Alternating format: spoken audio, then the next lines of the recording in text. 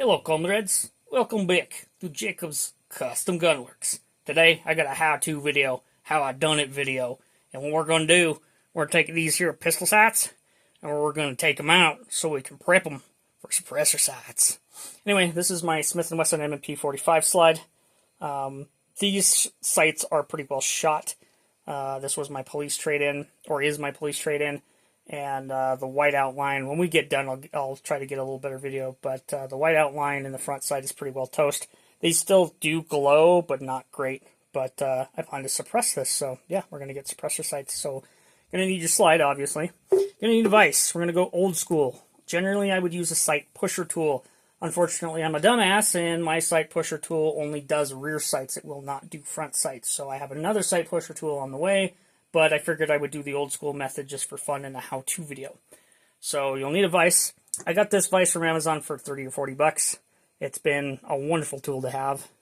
And then you need these magnetic vise clamps. And you've got little magnets on the back, and they just simply go on like so. And you line them like you need them to. But you've got a pattern side, which is what we're going to use today, and then a flat side.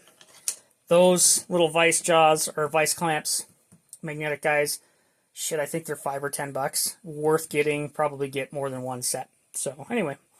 Other tools you will need. Brass punches. Brass, not steel. Because you will mar the living daylights out of your slide if you try to do this. So, brass for sure. These are relatively inexpensive too, between 10 and 20 bucks. And you can see in the background there, I've got another set as well. This particular one we're going to use today is 3/16. And then your hammer. You don't need anything crazy. I like my 8-ounce smithing hammer, so I'm going to use it. So let's get into this. One other thing I forgot to mention prior to doing this and knocking these out, mark your slide with a pencil where the center of your sights are. So when you go to install your new sights, you've got a reference point. I don't know how well this is going to pick up on camera, but you can see there in the back right around this area, I've marked that with a pencil, so I have an idea where my center is. And you may not see it so well in the front.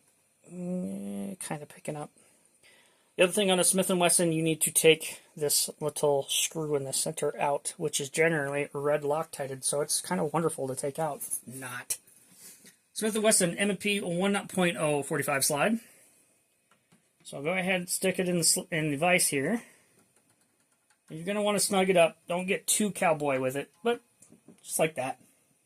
I will fully admit I have knocked these loose a little bit because I don't want to spend the entire time trying to break these free. Surprisingly, they broke free very, very easily.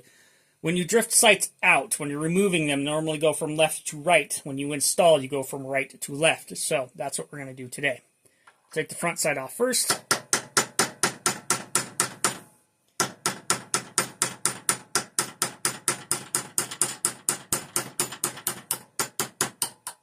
There we go. And she slides right out, just like so. There you go. And with this, if you do get little pieces, I just literally wiped up that mark from the brass punch with my finger. One other thing I forgot to grab, let me grab that real quick.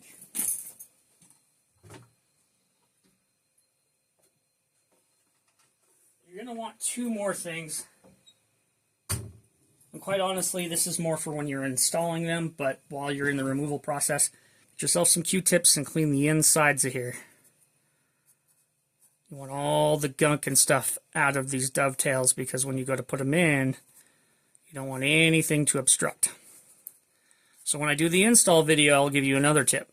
Generally, you're going to take another Q-tip and put a little oil on there and oil the insides so when you slide them in, they'll be a lot easier to put in. Alright, so let's go with the rear. Same thing.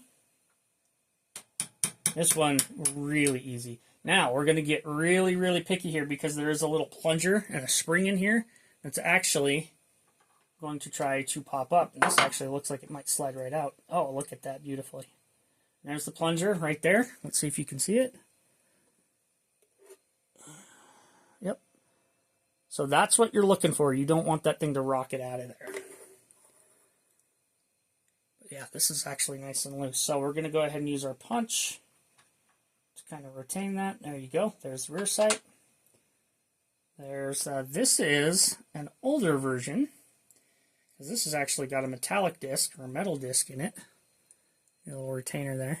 Most of these are plastic. and then your spring. So go ahead and set them aside so you don't lose them, because if you are not careful when you remove that, it will rocket out of there, and good luck finding it, because normally they go into the stratosphere somewhere.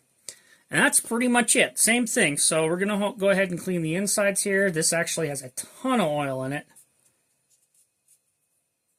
Clean that up real nice. Just like so. And there you have it. Not too hard to do with a vise.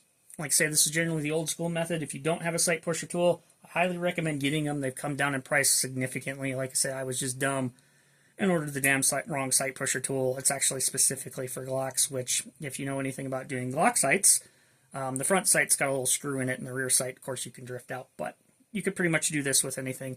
Rule of thumb, like I say, is left to right removing them, and then right to left installing them. That's not true on everything, but most everything I have encountered has been this way.